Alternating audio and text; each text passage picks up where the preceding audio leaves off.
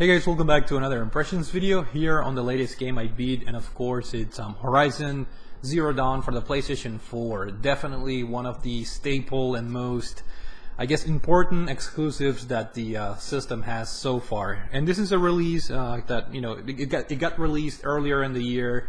And as you guys know, if you watch my pickups video, I did pick this up on day one.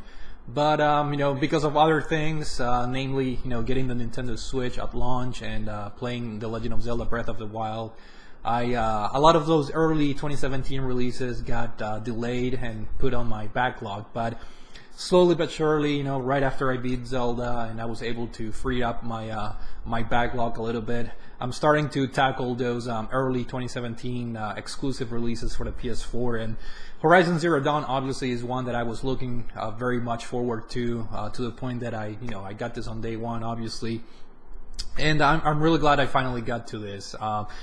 Definitely, if you guys enjoy open world games, this is I guess a year that we have been blessed in the sense that Legend of Zelda: Breath of the Wild was just a fantastic game, getting all those perfect review scores and whatnot.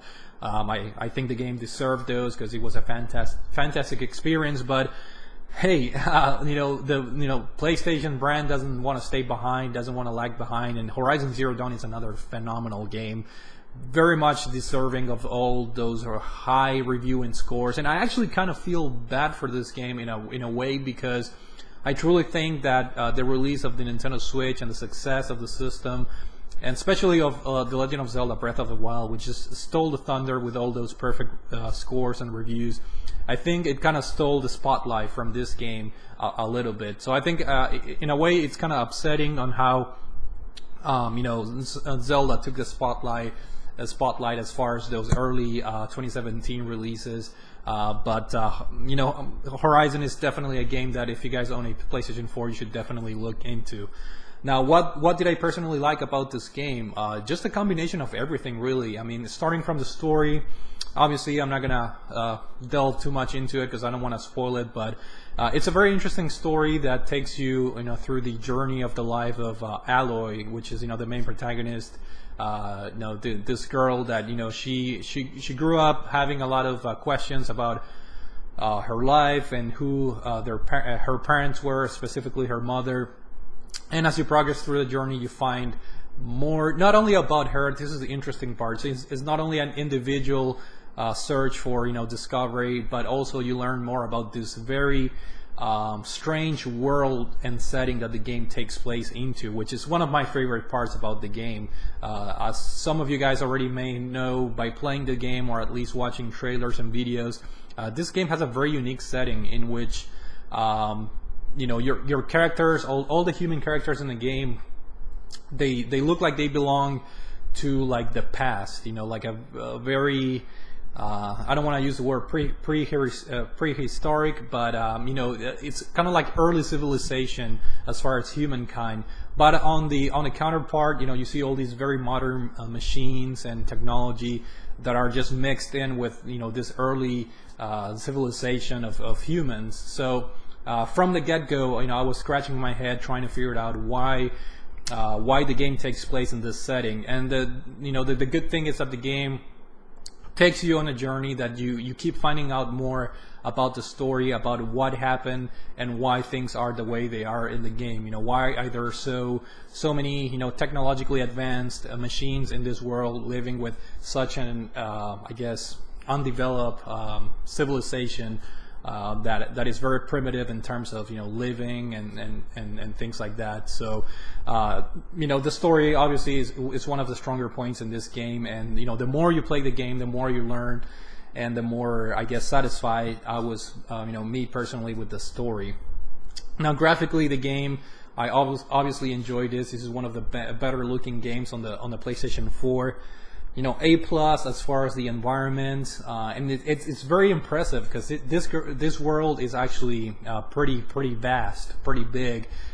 Perhaps not in the scale, obviously, as Breath of the Wild, which is just a ginormous game. But Horizon Zero Dawn does a beautiful job of having a very large open world that combines different climates and different settings. There are areas that are kind of like a forest area. There are areas where there's more like I guess civilized, you know, townspeople and buildings, and then you have areas that are very cold and have like snow mountains, and areas where it's very dry and you have the desert setting and whatnot. So the game does a pretty good job of having different regions that you can explore, and the regions are pretty vast, and the graphics do a good job of maintaining the quality, because you know, in a lot of open world games I think graphics are compromised, you know, textures are compromised in order to have all this information provided to the player. But the developers at Guerilla Studios, they did a fantastic job of keeping a high standard for standards for the graphics, for the character models, the textures, and a ton of other graphical features throughout the game, lighting effects and whatnot. One of the cool things about the game is that it has a real-time, I guess, night and day cycle in the game. Which is, from a graphical standpoint, is kind of like a very pretty thing. Also, it has dynamic weather. You will see sometimes in the game it rains, sometimes it doesn't. And personally, you know, that's a pretty cool detail that they added. But I wasn't a big fan of playing the game at night. I thought the vision, you know, everything becomes a little bit too dark, and it's kind of hard to see where you're going. But that's just a minor gripe that I had with the game. I really enjoyed playing the game during the day because you're able to see better, and the graphics are just much better during the day because the graphics are very colorful, very detailed, and it was just a blast playing this game during the daytime. Now, as far as the gameplay, that's another obviously high point of the game. This is kind of like an open world, I guess, action game where you can use a variety of weapons, and it was really fun playing this game, getting different weapons, getting different items that you can use, such as traps. You have weapons such as a bow and arrow, which, you know, can you can snipe enemies. You can get different bows and arrows with different elemental attributes attached to them, such as freezing and fire arrows and whatnot. You can set up traps for the larger enemies, and you can kind of like tie them down using a rope caster item. So there's a pretty big variety in the weapons in the game, and the cool thing about this game is that each weapon has its own style, and it really the game really forces you to learn how to use all of them to your you know, own advantage. Depending on the type of enemy that you face in the game. So personally, a lot of the battles in the game deal with you setting up the correct weapons, the correct traps, and then engaging into a battle with the enemies, especially the larger enemies. You know, it's for your own benefit to set up traps, you know, set up mines or motion detecting devices, or you know, just overall traps that have electricity, fire, explosives, and whatnot. So that was one of my favorite parts about the game, just kind of setting your own defensive or setup in order to take down the larger enemies in the game. And speaking of enemies in this game, that's another thing that I really enjoyed. First of all, the type of enemies. You deal with machines that are modeled basically on a similarity to real like animals in the world. You face like tigers or sawtooths that are, you know, machines, or birds that are, you know, robots and machines and things like that. So there's a lot of variety in terms of the enemies in the game, and then you have like your huge enemies that, you know, resemble like, you know, kind of like a dinosaur, and you have this giant bird that you fight later in the game. So a lot of variety in terms of the enemies, a lot of variety in terms of how to approach the battles with each enemy, and that was one of the fun parts of the game. You know, trying to figure out the weaknesses and whatnot, which the game allows you to do that by using your focus, which is an item that you get early in the game, and it's kind of like a scanning device that I really enjoyed that feature in the game, where you can just scan your environment, get help with different clues, and analyzing the enemies' weaknesses and whatnot. I thought it was a fun component of the game, using your focus to solve, you know, puzzles every now and then, to find the weaknesses in the enemies and other things. As far as the combat, going back to the combat also, it's really hard to judge the difficulty in this game. Personally, I played this on normal. The good news is you don't really have to play on normal if you're aiming to get like the, I guess, platinum trophy in the game, which I did because I really enjoyed this game. You don't have to play the game on normal or hard or anything like that. You can beat the game on easy. But I think normal is the perfect difficulty in the game. I don't want to say this is a tough game, but you do have to learn the patterns of the enemies, because when you get hit pretty hard in this game.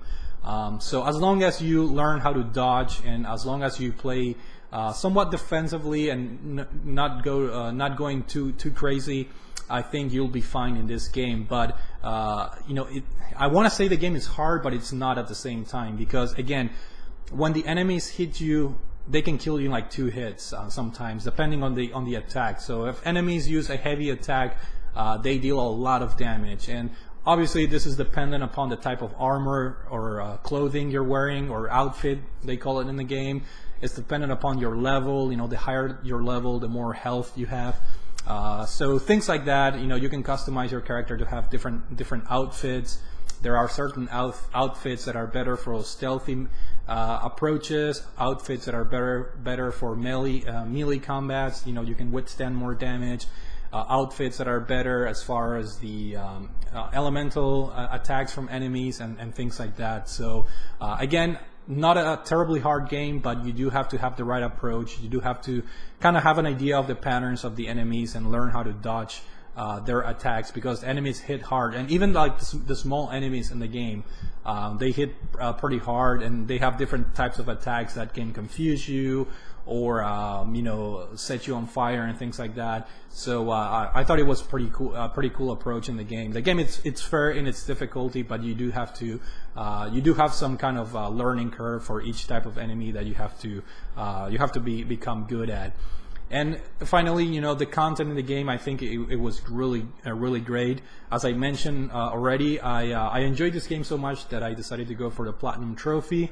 It is a lengthy one, not necessarily a tough one, but for me personally, I think it took me a little bit over 60 hours to get the Platinum Trophy in the game, which comprises mostly of obviously beating the main campaign, but also doing a lot of side quests. I don't think you have to do all of them, but you do have to do certain specific side quests, and you have to do certain things in the game. I don't think any of the trophies are missable, but you do have to get a lot of or not a lot, but all of the collectibles, which is it can be easily done because you can buy maps that specifically show you the locations of the collectibles in the game. So that's not too terribly bad. But if you guys hate collectibles, you may not, I guess, enjoy this type of Platinum Trophy. But it's kind of like the norm nowadays to have collectibles in games. So myself, the collectibles in this game didn't bother me that much, because it allowed me to explore areas of the games of this game that I would have not visited otherwise. So I was pretty happy with the amount of work that I had to do to get the Platinum Trophy, and that's why I went for it. If platinum trophies are a chore sometimes, I just obviously don't go for them. But for this game, I thought it was enjoyable, a good balance of completing the main mission obviously, and then completing a good amount of side missions, and then doing all the collectibles, and among other small trophies that you have to do, like that are combat related and whatnot. But nothing too bad. But do expect to invest a hefty amount of hours, as I mentioned, in excess of 60 hours to get the Platinum Trophy. And then one thing that I guess, if I had to find some negatives in the game, I do have to say that the facial animations are a little bit weird in this game, which is something that a lot of people criticized this when it was first unveiled, like the first gameplay trailer of the game. It was a little bit of a controversy because the facial animations in this game are kind of wonky. They're not on a bad level as Mass Effect Andromeda, which is kind of like the like the bastard child. People just love making fun of that game, and I don't want to say with a good reason, but I can see why people are having a feast making fun of that game, because that game, the animations are really bad. In this game, they just feel weird because I don't think the when the characters speak, it's not lip synced. And I noticed when you first install the game and when you first start a new game, the game gives you a lot of options for languages options. So maybe the developers opted for kind of like a just a generic way of the characters speaking and opening their mouths and things like that. So they're not specifically talking or moving their lips in synchronization with the English voice acting, which sometimes can throw you off a little bit. And just the overall, when the reactions and the way they move their faces and they talk, sometimes it feels like really weird and just unrealistic, if you will. Also, some of the lighting effects, when you're talking to certain characters, the NPCs, their faces just look weird. So in that regard, it broke a little bit of the immersion with the game. So that's a minor gripe that I had with the game, and I can see why some people were making fun or some people were upset about this before the game got released. And another, I don't want to call this a negative, but Zelda Breath of the Wild kind of set the bar really high for open world games, and there were a lot of times in the Horizon where I was kind of hoping certain mechanics that you can use in Zelda apply to this game, such as climbing certain mountains. The climbing sections in this game are very enjoyable, but they're so scripted.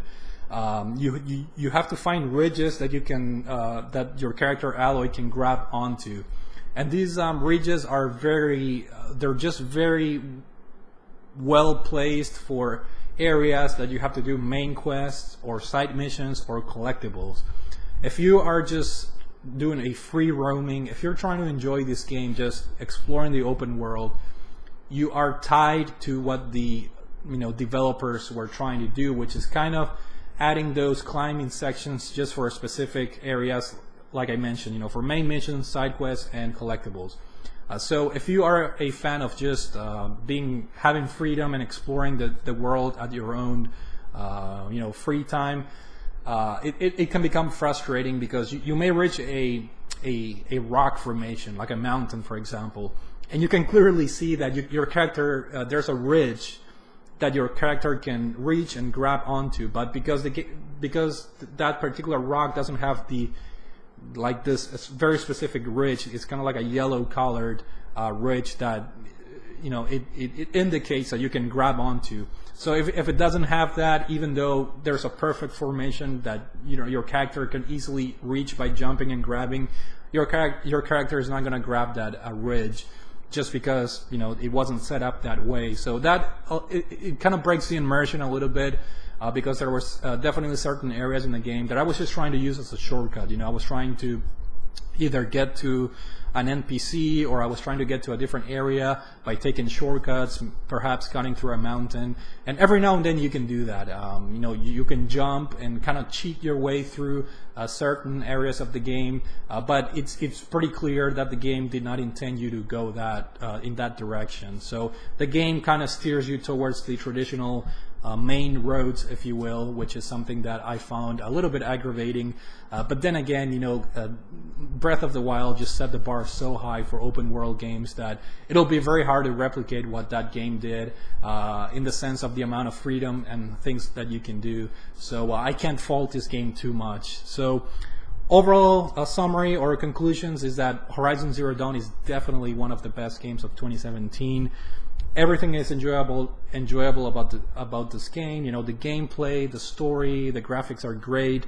The soundtrack and the voice acting, I thought they were pretty good as well. So if you guys have a PlayStation 4, look no farther to enjoy this game. It's definitely one of the best PlayStation 4 exclusives, and a very nice departure of for the developers, Guerilla Studios, to kind of like depart from that Killzone comfort zone that they had before, and now they're exploring, and hopefully this becomes a staple series on the PlayStation 4, because I'm definitely gonna be looking forward to more Horizon games in the future, and also the DLC, which is coming up later this year. So that's it for now. Hopefully you guys enjoyed this video. Thank you for watching, and I will see you all later.